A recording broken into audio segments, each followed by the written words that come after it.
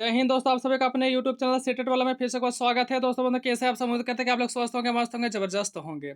तो दोस्तों इस वीडियो में डिस्कस करने वाले हैं सीडीपी। और ये जो सीडीपी होने वाले दोस्तों हम लोग डिस्कस करेंगे महामैराथन क्लास। ठीक है। अगर आप लोग इसको अटेंड कर लिए दोस्तों, मेरे भाई मेरे बंधु, मेरे जो भी टॉपिक इस वीडियो में हम लोग डिस्कस करने वाले हैं, जैसे कि दोस्तों हम लोग का टॉपिक है बाल विकास की अवस्थाएं। क्या है दोस्तों? ना बाल विकास की अवस्थाएं। तो दोस्तों हम लोग बाल विकास की अवस्थाएं से ऐसे ऐसे फैक्ट के बारे में जानेंगे दोस्तों, जो कि आपके एग्जाम के पॉइंट ऑफ व्यू से बहुत ही महत्वपूर्ण है। जैसे कि दोस्तों आप लोगों को पता है कि आप लोगों का सीटेट का जो एग्जाम है वो 20 अगस्त को होगा। ठीक है। और आप लोगों का इस बार का जो एग्जाम होने वाला दोस्तों ऑफलाइन पेपर होगा, ना कि ऑनलाइन। ठीक है। तो चलिए दोस्तों वीडियो को शुरू करें। और वीडियो को शुरू करने से पहले दोस्तों आप लोगों से छोटा सा अनुरोध है, यदि हमारे चैनल पर आप लोग नए हैं तो दोस्तों हमारे चैनल को लाइक कीजिएगा, सब्सक्राइब कीजिएगा और अपने दोस्तों के साथ इसे ज़्यादा से ज़्यादा शेयर कीजिएगा, क्योंकि दोस्तों आपका एक प्यारा सा लाइक करना ही हमारे मेहनत का फल होता है। तो चलिए दोस्तों वीडियो को शुरू कर रहे हैं। जैसे कि दोस्तों मैंने आप लोगों को बताया कि इस वीडियो का टॉपिक होने वाला बाल विकास की अवस्थाएं। उसके बाद मैंने आप लोगों को यह भी बताया दोस्तों कि इसमें ऐसा ऐसा फैक्ट के बारे में डिस्कस करने वाले हैं दोस्तों, जो कि आपके एग्जाम के पॉइंट ऑफ व्यू से बहुत ही महत्वपूर्ण है। ठीक है। मैं यहाँ पे जितना भी करा रहा हूँ दोस्तों, सिर्फ आप लोग उतना कर लीजिए। मैं आपको गारंटी देता हूँ कि बाल विकास की अवस्थाएं से जितना भी क्वेश्चन आ जाए दोस्तों आपके सीटेट के पेपर में, एक भी क्वेश्चन आपका नहीं छूटने वाला है। ठीक है। और चूंकि हम लोग का जो सीडीपी क्लास होगा दोस्तों, ये एनसीईआरटी स्पेशल होगा। ठीक है। तो चलिए दोस्तों शुरू कर रहे हैं। देखिए, सबसे पहले हम लोग दोस्तों की विकास की अवस्थाएं में बात करेंगे प्रसव पूर्व अवस्था के बारे में। ठीक है। तो दोस्तों मेरे भाई मेरे बंधु मेरे, आप लोगों को पता होना चाहिए कि इस अवस्था से कितने सारे आपके सीटेट के एग्जाम में क्वेश्चन पूछते हैं। ठीक है। तो देखिए, यह अवस्था का जो उम्र होता है दोस्तों वो 9 महीने, अर्थात जिसको अगर दिन में कन्वर्ट करना चाहते हैं तो 280 दिन माना जाता है। ठीक है। कौन सा अवस्था को दोस्तों? ना आप लोग ध्यान से सुनिएगा। प्रसव पूर्व अवस्था का उम्र जो है कब से कब तक माना जाता है? ना 9 महीने, यानी 0 से लेकर के 9 महीने तक माना जाता है। ठीक है। और यह अवस्था जो होती है दोस्तों माता के गर्भाधान से शुरू हो जाता है। ठीक है। यानी एक लेडी जब जब दोस्तों मेरे भाई मेरे बंधु मेरे गर्भधारण कर लेती है, तो वहीं से यह अवस्था शुरू हो जाती है। ठीक है। आप लोगों को बात समझ में आ रहा है दोस्तों? ध्यान से सुनिएगा। इसमें दो ही पॉइंट्स जो है दोस्तों, दो ही फैक्ट सबसे महत्वपूर्ण है, मैंने डिस्कस कर दिया। इस अवस्था का उम्र कब से कब तक माना जाता है? 0 से लेकर के 9 वर्ष तक। ठीक है, सॉरी 9 महीने तक, सॉरी, है ना। अगर दिन में कन्वर्ट करके बोलेंगे दोस्तों तो 280 दिन। ओके। और यह अवस्था जो होती है दोस्तों की माता के यानी माँ के गर्भाधान से ही शुरू हो जाता है। ठीक है। एक लेडी जैसे ही गर्भवती हो जाती है दोस्तों, यह अवस्था शुरू हो जाता है। तो आप लोगों को समझने में किसी प्रकार का कोई दिक्कत दोस्तों? हमें लगता है किसी प्रकार का कोई दिक्कत नहीं होनी चाहिए। चलिए दोस्तों आगे बढ़ रहे हैं। अब हम लोग बात करने वाले हैं शेषावस्था के बारे में, जिसको अंग्रेजी में क्या बोलते हैं दोस्तों? Infancy stage. और आप लोगों को पता होना चाहिए कि शेषावस्था एक ऐसा दोस्तों अवस्था है जिसमें से आपका 2 क्वेश्चन तो आपके सीटेट के पेपर में फिक्स रहता है। ठीक है। तो देखिए, यह अवस्था का उम्र जो है जन्म से लेकर के 2 वर्ष तक मानी जाती है। शेषावस्था का जो है उम्र कब से कब तक मानी जाती है? तो याद रखिएगा, 0 वर्ष से लेकर के 2 वर्ष तक मानी जाती है। ठीक है। याद रहेगा दोस्तों। आगे चलो। इस अवस्था में इस अवस्था में शिशु पूर्ण रूप से अपने माता पिता पर निर्भर रहता है। यह सही बात है।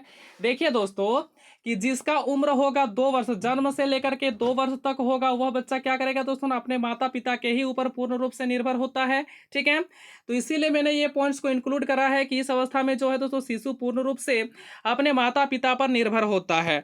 आपसे ये क्वेश्चन में नहीं पूछा जाता दोस्तों, आपसे क्वेश्चन में पूछा जाता है ये पॉइंट। ठीक है। ये पॉइंट बहुत ही महत्वपूर्ण है कि इस अवस्था में बच्चे का शारीरिक मानसिक और अधिगम जो होती है बहुत ही अधिक तीव्र होता है। याद रखिएगा कि शेषावस्था में बच्चे का शारीरिक विकास बहुत बहुत ही तीव्र गति से होता है, मानसिक विकास भी बहुत ही तीव्र गति से होता है, और अधिगम भी होता है दोस्तों तीव्र गति से ही होता है। तो ये सारे पॉइंट्स को याद रखिएगा। यहाँ पे आपके सीटेट के पेपर में यहाँ से क्वेश्चन पूछे जाते हैं। ठीक है। चूंकि हम लोग महामैराथन क्लास डिस्कस कर रहे हैं दोस्तों, ये वीडियो थोड़ा सा लेंथी जाएगा। तो दोस्तों मेरे भाई मेरे बंधु मेरे, मैं आप लोगों से आग्रह करना चाहूँगा कि अपने अंदर में थोड़ा सा पैसेंस रखिएगा। ठीक है। और ये क्वेश्चन जो है दोस्तों आपके सीटेट के पेपर में आया हुआ है ना। मतलब ये पॉइंट में क्या इंक्लूड है दोस्तों? इस अवस्था में नैतिकता का अभाव होता है। आपसे सीटेट के पेपर में क्वेश्चन पूछ लिया था दोस्तों कि किस अवस्था में नैतिकता का अभाव होता है। तो याद रखिएगा दोस्तों कि बच्चे का जो है, ठीक है, नैतिकता का अभाव होता है शेषावस्था में। कब होता है? शेषावस्था में नैतिकता का अभाव होता है। है। ओके, आप लोगों को बात समझ में आ रही है दोस्तों। और ये चीज़ कौन बोलते हैं दोस्तों? लॉरेंस कोहलबर्ग बोलते हैं। ठीक है, लॉरेंस कोहलबर्ग का क्या कहना है दोस्तों कि शिशुआवस्था में मतलब शिशुआवस्था एक ऐसा स्टेज होता है जिस वक्त बच्चे का नैतिकता क्या होती है ना, शून्य होती है। ठीक है, आप लोगों को यहाँ तक समझने में किसी प्रकार का कोई दिक्कत दोस्तों? हमें लगता है किसी प्रकार का कोई दिक्कत नहीं होनी चाहिए। चलिए दोस्तों आगे बढ़ रहे हैं। अब बात कर रहे हैं पूर्व बाल्यावस्था के बारे में। अंग्रेजी से इसको क्या बोलते हैं दोस्तों? Yearly childhood stage. ठीक है, यहाँ से भी दोस्तों आपके सीटेट के पेपर में बहुत सारे क्वेश्चन पूछे जाते हैं। कैसे कैसे क्वेश्चन पूछे जाते हैं दोस्तों, वही फैक्ट के बारे में हम यहाँ पे डिस्कस करेंगे।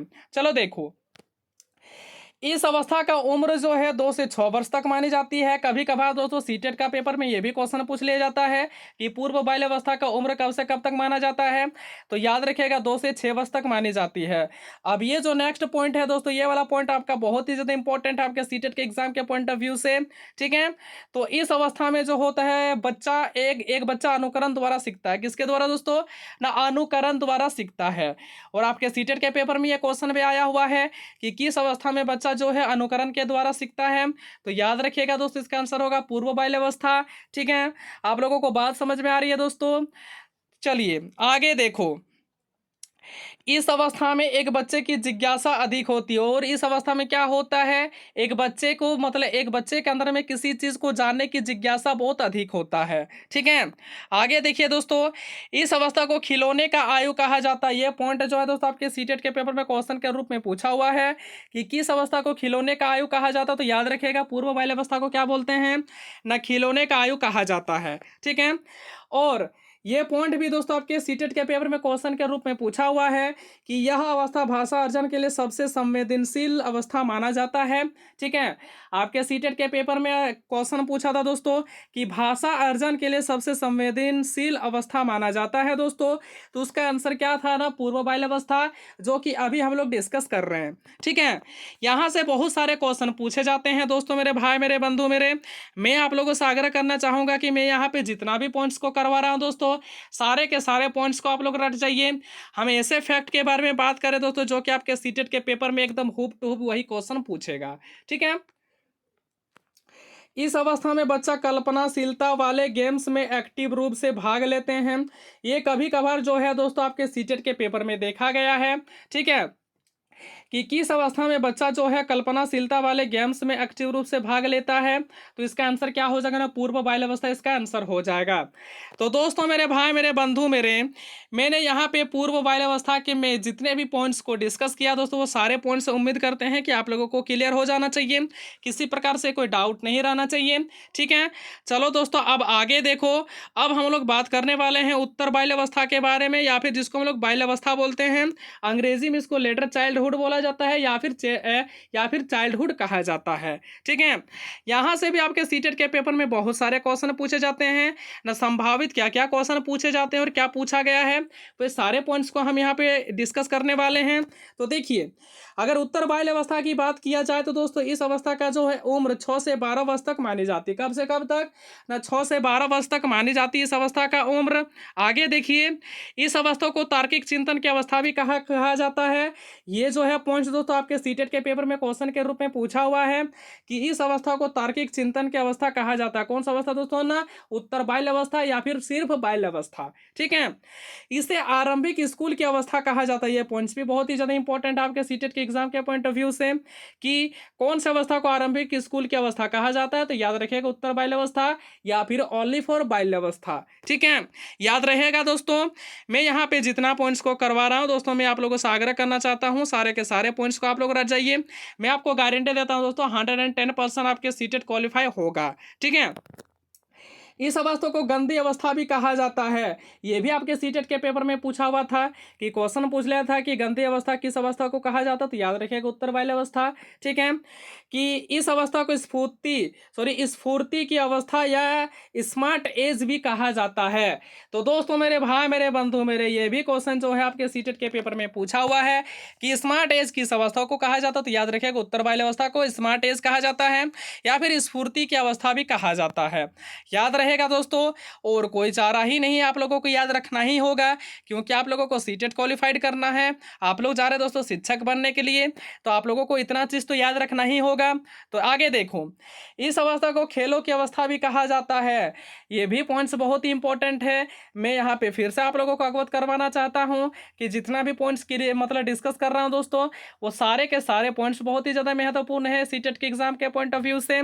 ठीक है, कि खेलों की अवस्था किस अवस्था को कहा जाता है, तो याद रखिएगा उत्तर वाली अवस्था को खेलों की अवस्था कहा जाता है। ठीक है, इस अवस्था में संग्रहण की गुण विकसित होने लगता है। संग्रहण दैट मीन्स क्या होता है दोस्तों, स्टोरेज। ठीक है, अपने अंतर में स्टोरेज करने लगता है दोस्तों, चीज़ों के बारे में इमेजिनेशन करने लगता है एक बच्चा। ठीक है, तो इस अवस्था में क्या होता है दोस्तों, किस प्रकार का गुण विकसित होने लगता है ना, संग्रहण की गुण विकसित होने लगता है।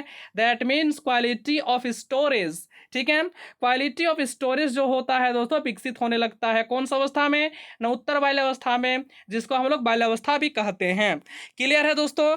आगे देखो, इस अवस्था को समूह या गैंग की अवस्था भी कहा जाता है। यह क्वेश्चन आपके सीटेट के पेपर में इतना बार पूछा गया है तो दोस्तों कि मत ही पूछिए कि किस अवस्था में बच्चा जो है समूह बनाता है या फिर गैंग बनाता है।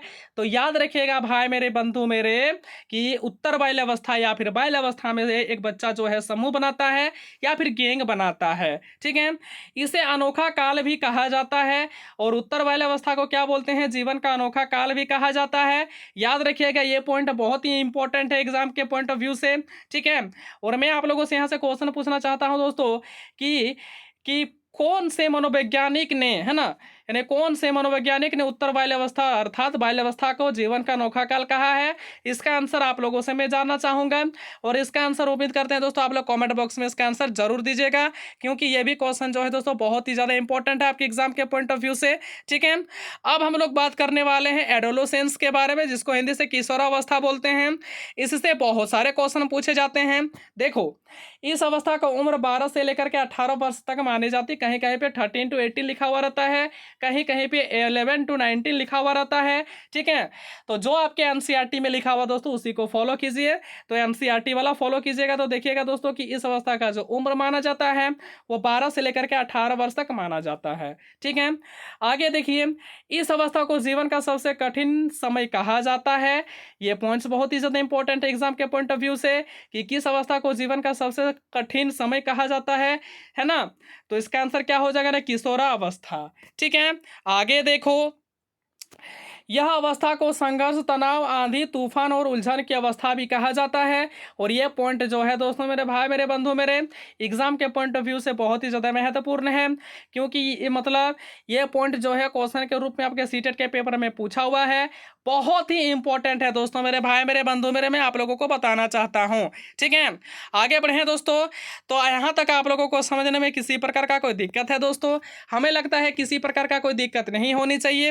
अब देखिए, आप जो पॉइंट को डिस्कस करने वाले हैं दोस्तों, ये भी पॉइंट्स बहुत ही ज़्यादा इंपॉर्टेंट है। ये फैक्ट इतना इंपॉर्टेंट है कि मत ही पूछिए दोस्तों कि इस अवस्था में क्या है दोस्तों, विषम लिंगी आकर्षण होता है।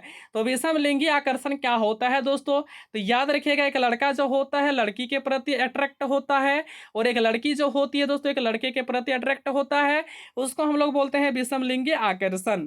ठीक है, आप लोगों को बात समझ में आई? आगे देखो, इस अवस्था को स्वर्ण काल या फिर गोल्डन एज भी कहा जाता है। यह क्वेश्चन आपके सीटेट के पेपर में देखा गया है कि गोल्डन एज किस अवस्था को कहा जाता है। तो याद रखिएगा दोस्तों मेरे भाई मेरे बंधु मेरे, किशोरावस्था को क्या कहते हैं ना, गोल्डन एज कहा जाता है। ठीक है, that means adolescence is known as golden age. Okay, I you understand? I hope that you all of you understand. Okay, आगे देखिए दोस्तों मेरे भाई मेरे बंधु मेरे, कि इस अवस्था में वीर पूजा की भावना होती है। और कौन सी अवस्था में वीर पूजा की मतलब भावना होती है दोस्तों? तो किशोरावस्था में वीर पूजा की भावना होती है। ठीक है, इस अवस्था में बच्चा अमूर्त चिंतन करना शुरू कर देता है। और ये पॉइंट इतना इंपॉर्टेंट है दोस्तों मेरे भाई मेरे बंधु मेरे, एक टाइम खाना नहीं खाइएगा लेकिन ये पॉइंट को रट जाइएगा। अगर आप लोग शिक्षक बनना चाहते हैं और सीटेट का एग्जाम पास करना चाहते हैं तो दोस्तों ये पॉइंट को आप लोग रट जाइएगा कि किशोरावस्था में बच्चा क्या करता है ना, अमूर्त रूप से चिंतन करना शुरू कर देता है। ठीक है, तो दोस्तों मेरे भाई मेरे बंधु मेरे, उम्मीद करते हैं दोस्तों कि यहाँ तक आप लोगों को समझने में किसी प्रकार का कोई दिक्कत नहीं हुआ होगा। होगा।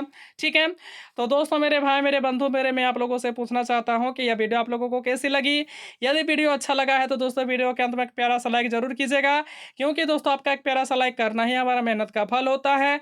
तो चलिए दोस्तों इस वीडियो में इतना ही डिस्कस करते हैं और मिलते हैं नेक्स्ट वीडियो पर। और इसी तरह का वीडियो पाने के लिए दोस्तों हमारे चैनल सीटेट वाला को सब्सक्राइब कीजिए और अपने दोस्तों के साथ इसे ज़्यादा से ज़्यादा शेयर कीजिए। और वीडियो के अंत में दोस्तों जय हिंद जय भारत।